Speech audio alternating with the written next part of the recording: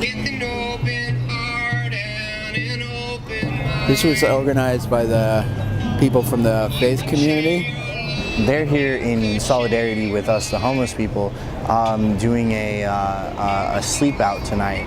This is a reaction to what the city council is trying to do, those laws that they're trying to pass, like no bedding or no spare changing, there they are, parking meters, or putting your stuff anywhere by those trees. It really takes a lot more away from people on the streets. Everyone kind of needs to step up with this homeless thing, because like passing laws to make it harder to be homeless ends up costing the people more money, because the taxes that they go to the cops are now going to enforcing petty laws to get rid of the homeless to just shoo us along.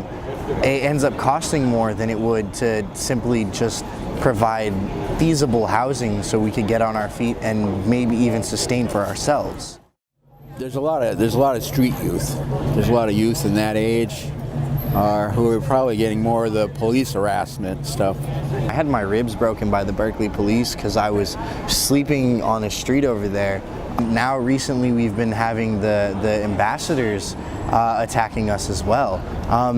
And that's happened a few times actually. Last year, a friend of mine had his eye socket fractured, but they said it was in self-defense, and because it was an ambassador, my friend's now on probation for that.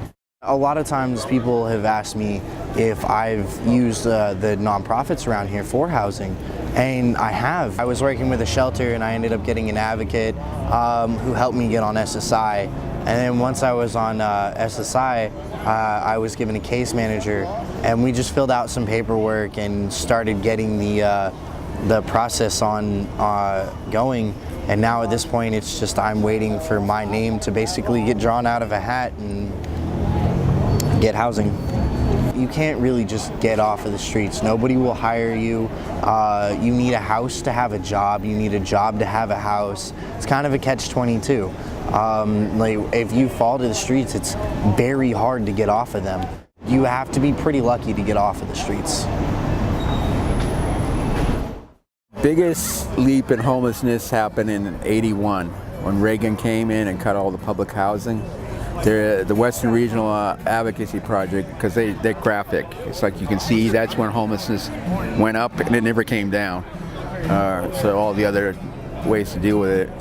So unless you get the federal government to recommit to public housing, which they have totally gotten out of, I don't think you're ever going to solve the homelessness problem. Berkeley does finance more homeless services, but on housing, because that's the expensive part, they don't do a particularly good job. We don't have enough charity.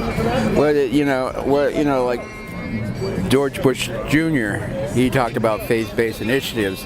It's like they want to put it on the churches stuff, but really the government has a role to prevent homelessness. The churches can't.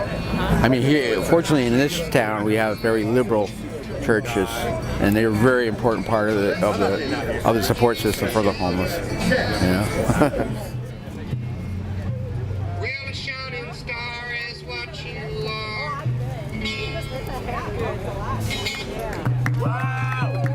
Thank you very much.